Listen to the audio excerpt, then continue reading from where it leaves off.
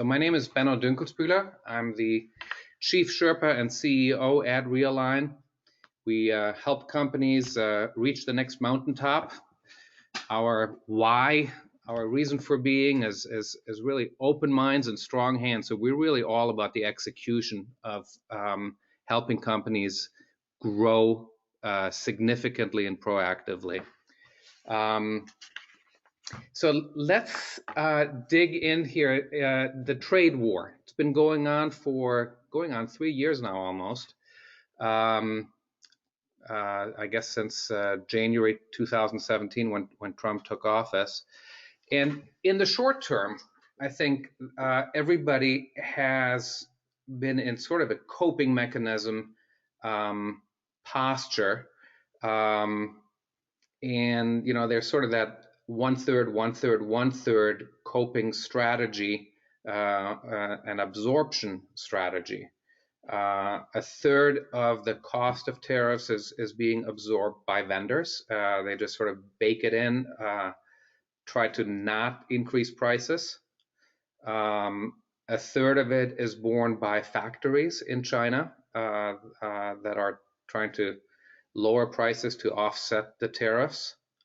And the last third tends to be borne by the consumer. The wholesaler, the importer has to increase their prices, and the retail goes up and the consumer pays more.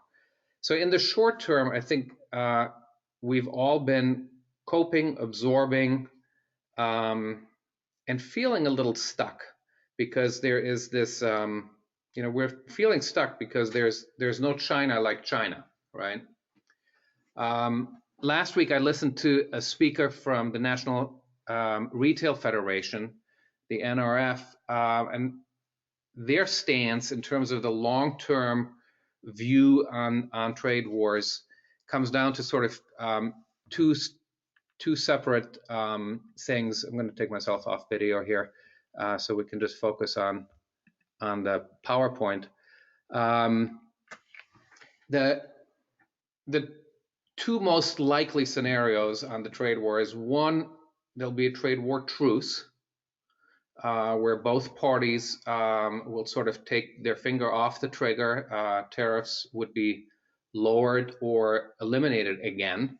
But I think the volatility will remain. The threat of future tariffs is stronger now, 2.5 years into this trade war, than it was before. So, and the second likely scenario is decoupling from China, right? That the two parties will not come to a place where they see eye to eye, and tariffs remain in place or increase even more. And everybody will need to look for new countries, new source countries, new production countries, which will also have risks, political risks, logistical risks, all kinds of other risks. But I think the likelihood of us sort of going back to the way things were is fairly low. So it's either a truce or a decoupling. So now what? Now what are we going to do? Are we just going to continue staying in this sort of coping mechanism? I don't. I think we need to move forward after really having been in a firefighting stance the last couple of years. I think we need to move. The industry is going to move, and we all need to move into fire prevention. So I'm going to present this turnkey approach to build new business in other countries. That could be new product, that could be new brand, that could be new sourcing countries to beat your competitors. And we'll talk quite a bit about a couple case studies that created similar solutions to a similar problem. So the goal here is really to share a methodology or an approach about growing faster and reducing the risk. So we want to look beyond the short-term solution to the trade wars, that absorption strategy that I've talked about. and share an approach that's faster than internal growth and less cheaper, less risky than other traditional growth methods. And really provoke some new thinking through these case studies. We'll define the third growth option, share the sort of classic turnkey approach to new growth, and then hopefully encourage you to re-engage in some growth-oriented thinking.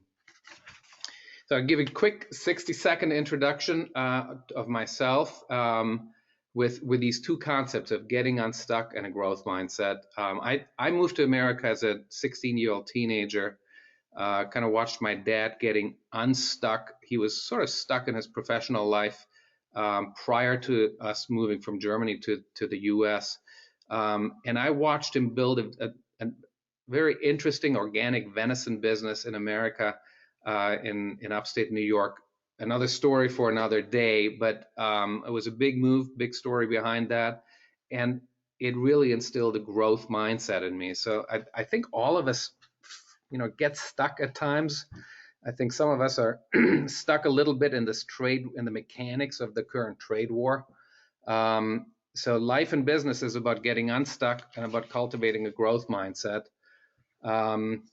Just to wrap up my personal introduction on a professional background, I learned the ropes as a merchant and marketer on the retail side for the first 10 years with IKEA and Pottery Barn, and then spent the second 10 years of my career on the wholesale side as head merchant, CEO, corporate rebel of private equity-owned companies in the second decade, and then I started Realign in 2009. So I've traveled all over the world, worked in factories and dozens of countries, hundreds of factories. So that's a little bit about my background.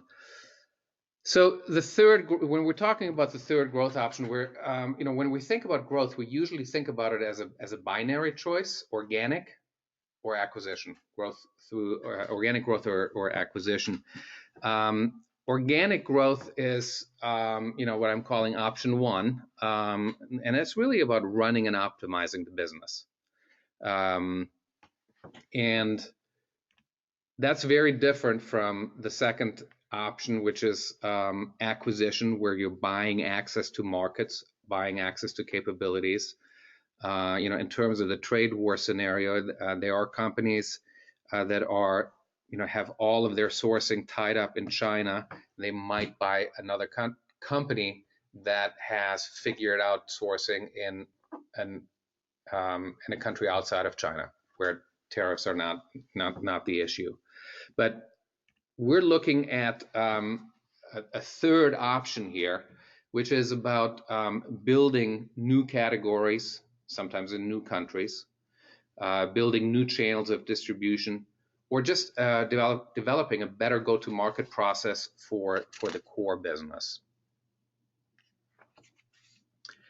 So we use the Sherpa image and analogy when we're talking about helping owners and executives reach the next mountaintop in terms of next mountaintop of a new category, new sourcing country, new channel. Again, we went into this in great detail in a previous webinar, so I'll just do a quick recap here. What is a Sherpa? Because that is a key ingredient to having to executing the third growth option. So you might already have a Sherpa on your team, or we can help you provide a Sherpa. But Sherpas are experts in their native area who guide teams of climbers and help you reach the otherwise unobtainable summit. And reaching new countries or building new categories requires this Sherpa type of person. So again, there's a detailed description in terms of the experience and the responsibilities. and you can look at them on the screen. I'm not going to go into them point by point here. Again, we have that in a recording that's on the blog. But a Sherpa is really a senior executive person, gritty. They're thinkers and doers, and they're folks that can help you overcome the difficult challenge and get you get growth initiatives executed in a successful way. So in addition to the, it's all about people and processes. So I in addition to talking about the people, the Sherpas, let me just touch on 3 different processes and process optimizers. First, the third growth option works in terms of the core business or new business category or channel. You see the 4 different quadrants on the screen here. It works in all 4 quadrants. The criteria that we use to decide whether to validate a growth opportunity or an opportunity in a new country, we use the SEE, the C acronym for market size, ease of entry, or size of market, ease of entry, and ease of execution. And in terms of organizing a project, we break it into defining, refining, and scaling. Again, you need all 3. They say 85% of startups fail in the first 5 years. I think that's true for internal startups too, which is essentially what the third growth option is. And they fail. There is such a high failure rate because people usually only do 1 or 2 of these 3 things: the define, refine, scale well. So we believe in you got to do all 3 of them well. Again, we talk about that in more detail you can just look at it, that webinar 1 that's on the blog. Any questions on the process optimizers? Okay. Any kind of third growth option project in my recommendation has to start with a growth evaluation. So the first step, whether that growth initiatives is in response to tariffs or for some other reason, you have to start with an evaluation where you really look, listen, and learn, and you look at all parts of the go-to-market pyramid that I have on the screen here, where you're starting with the unique value proposition and the internal processes on the bottom to turn the value proposition into product and then sales tools, and how do you define the market, right? What market are you going after? So what does that mean, a growth evaluation? It's a process that takes typically 4 or 5 days, I believe. That's sort of the due time where you're not rushing, but you're not agonizing and spreading it out over too long a period of time. So 4 or 5 days is a good solid time period. We break that.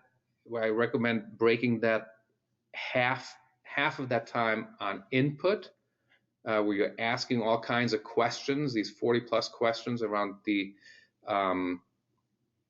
growth or the go-to-market pyramid on the previous slide, where you're asking about the core business, the products, the employees, the processes, the bottlenecks, etc.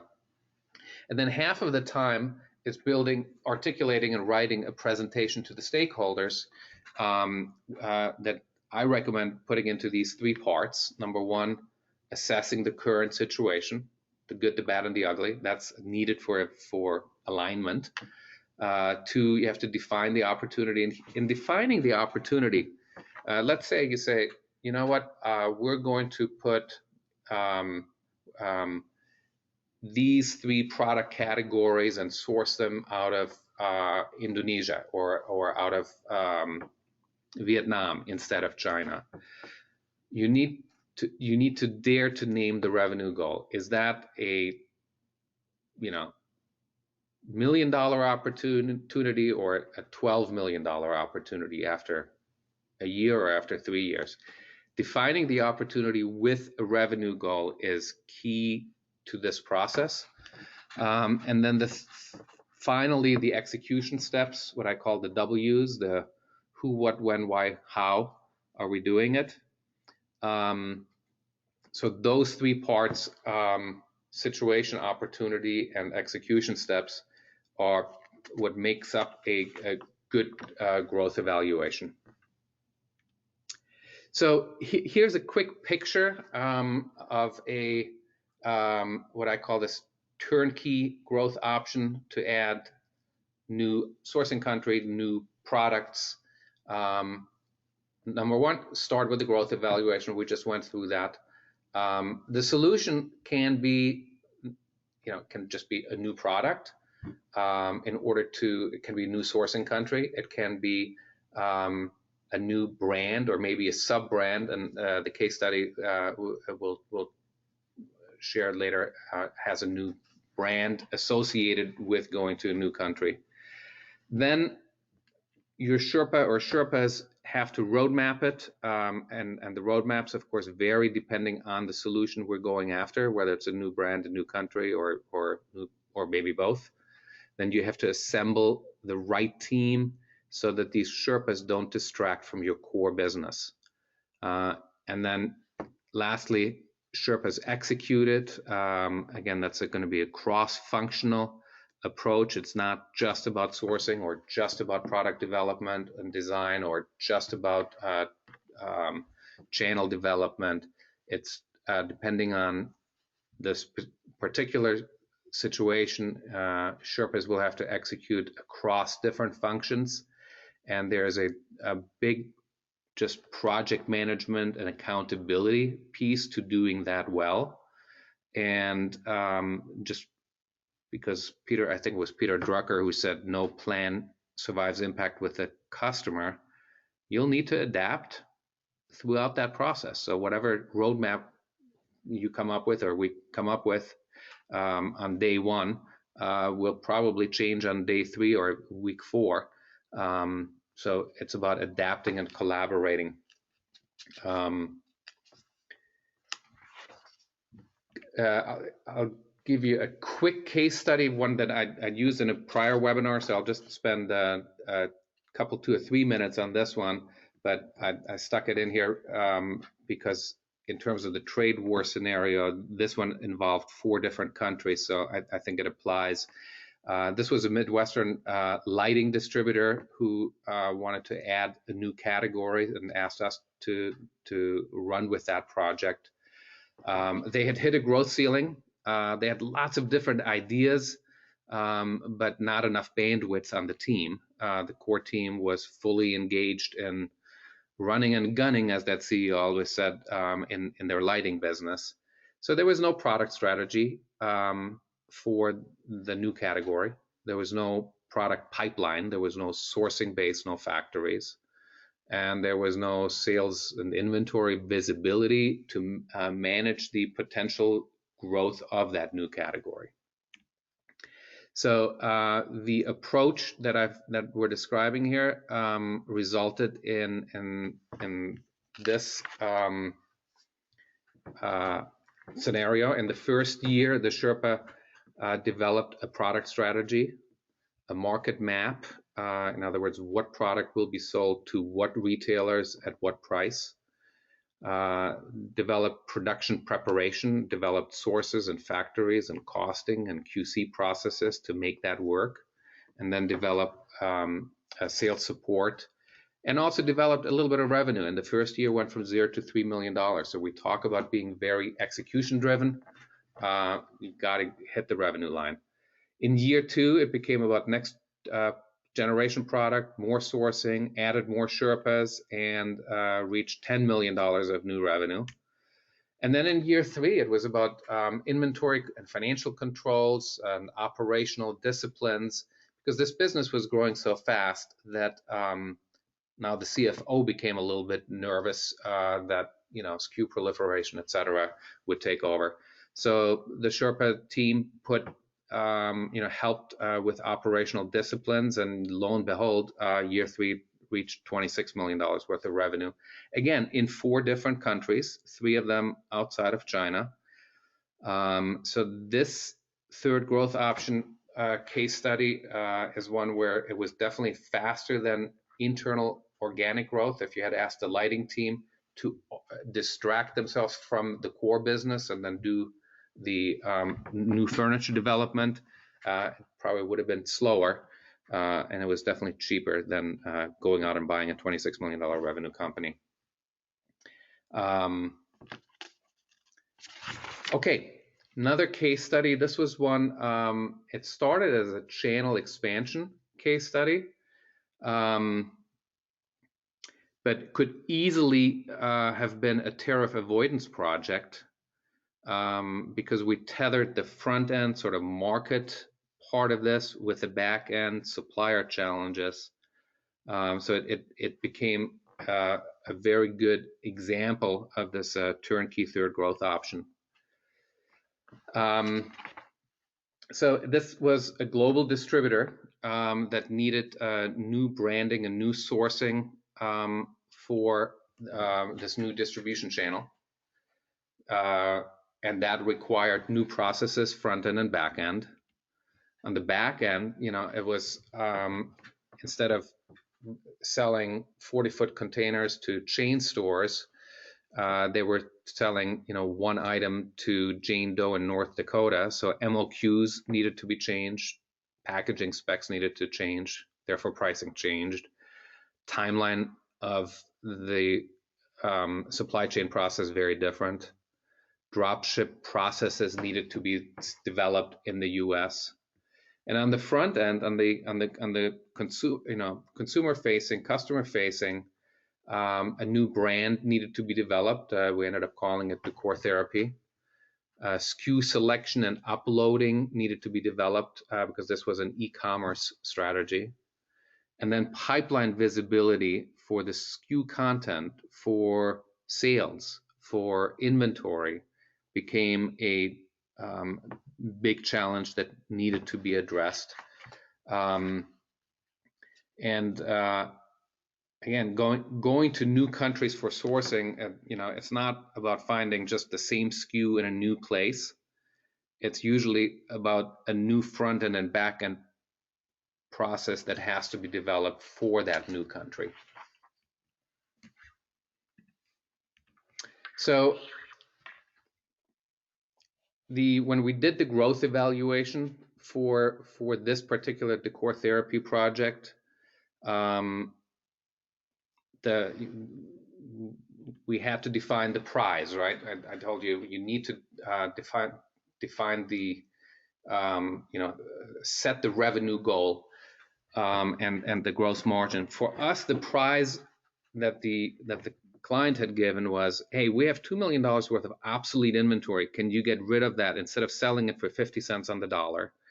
Can you sell it at a positive gross margin and then ultimately grow it beyond that $2 million of inventory that they had sitting there and grow it to something closer to $5 or $10 million? We had to build, so the front end roadmaps was all about competition research, looking at price points, looking at SKU counts, looking at the look and content of how that type of product was being shown and represented in different websites. We did branding workshops to define the brand, to define the product, to define the channel. On the back end, the roadmaps were about product development at the factory level, fine-tuning the shipping and invoicing process in the US. And then it was about turbo communication for front end and back end folks to know, for the left hand to know what the right hand is doing, essentially, right? And again, execution was all about adapting and collaborating and go for the prize no matter what. So what did that look like? On the front end, it was about defining the brand, customer, and assortment. Brand became this new direct-to-consumer sub-brand called Decor Therapy, with a clever little, clever logo and tagline. It was developing a go-to-market process for the target market, which was 15 marketplace websites like Wayfair, Lowe's.com, etc. And then it was about the product was a home furnishings product, furniture and lamps and pillows. And we needed to build parameters and a vision around that. On the back end, it was everything from factory floor in Asia to the shipping dock in the US, or even the front door of the customer's home. And then it was about turbo communication. Really, when you're doing an internal startup, you're relying on borrowed resources in the pre or early revenue phase. You're not going out and hiring a dedicated 10-person team. No, you have a Sherpa or two, and you're using the core business's resources. So that's why this turbo communication is so important for timely execution. So on the screen here, I show a couple of what I call visibility reports. They were just custom Excel sheets that, where we put a product development calendar or a flash report that showed how many SKUs were uploaded on what sites with what sales results and what inventory by customer. So turbo communication is very important and can happen without fancy software. There's usually a lot you can do with sort of brass tacks of Excel sheets in the early stages. So this particular case study ended up within just a little over 2 years going to $10 million worth of revenue by having the product uploaded successfully on over 15 different websites, and business or products were sourced in 3 non-China countries as part of that process. Any questions so far? All right, I'll just keep going here. So main activities to build the new categories in new countries here. Again, assembled a seasoned team. In this particular case, we had an off-site project manager, Sherpa person, who helped with industry insight, timeline, conference calls, accountability, and then an on-site team that helped with the coordination around SKUs and operations. Researched the competition, conceptualized brand, set the SKU framework, executed the go-to-market process, and coordinated back end, like we talked about. And at the end, we delivered a solution collaboratively, where the internal core team just had to spend a few hours a month on sign-offs, but they felt good about the work that the Sherpas were doing, front end and back end. It ended up being a turnkey solution, did not distract from just minimal distraction from the core business, and a very strong ROI. Return on investment, second year sales, $10 million, healthy gross margins. The project expense as a percent of sales was quite small. So just showing that slide again that I showed at the beginning, how do you develop or how do you think about the third growth option as a turnkey solution for adding new sourcing countries? Start with the growth evaluation, have Sherpas roadmap it in detail. The growth evaluation is more of a 6 or 8 page sort of thumb sketch, whereas the roadmap is typically very detailed. I mean, We've done roadmaps that were, 30-page PowerPoints. We've had 100-page competitive, shelf analysis, comp shop reports attached to them, timelines. The roadmaps get very detailed and need to be detailed to help with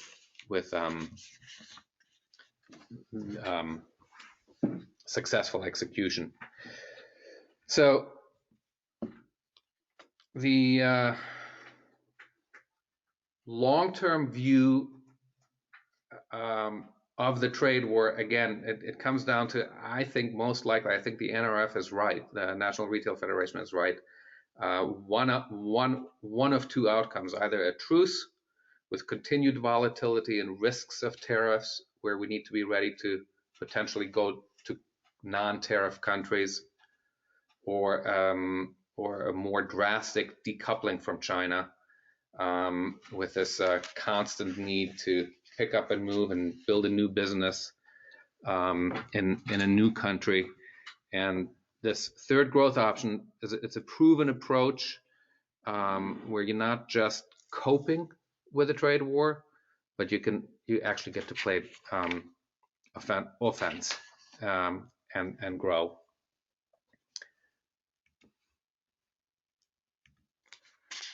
We'll have another webinar on November 7th. That one will go through some case studies around better go-to-market processes for existing core categories or core channels. Thank you so much. We'll talk again soon. Bye-bye.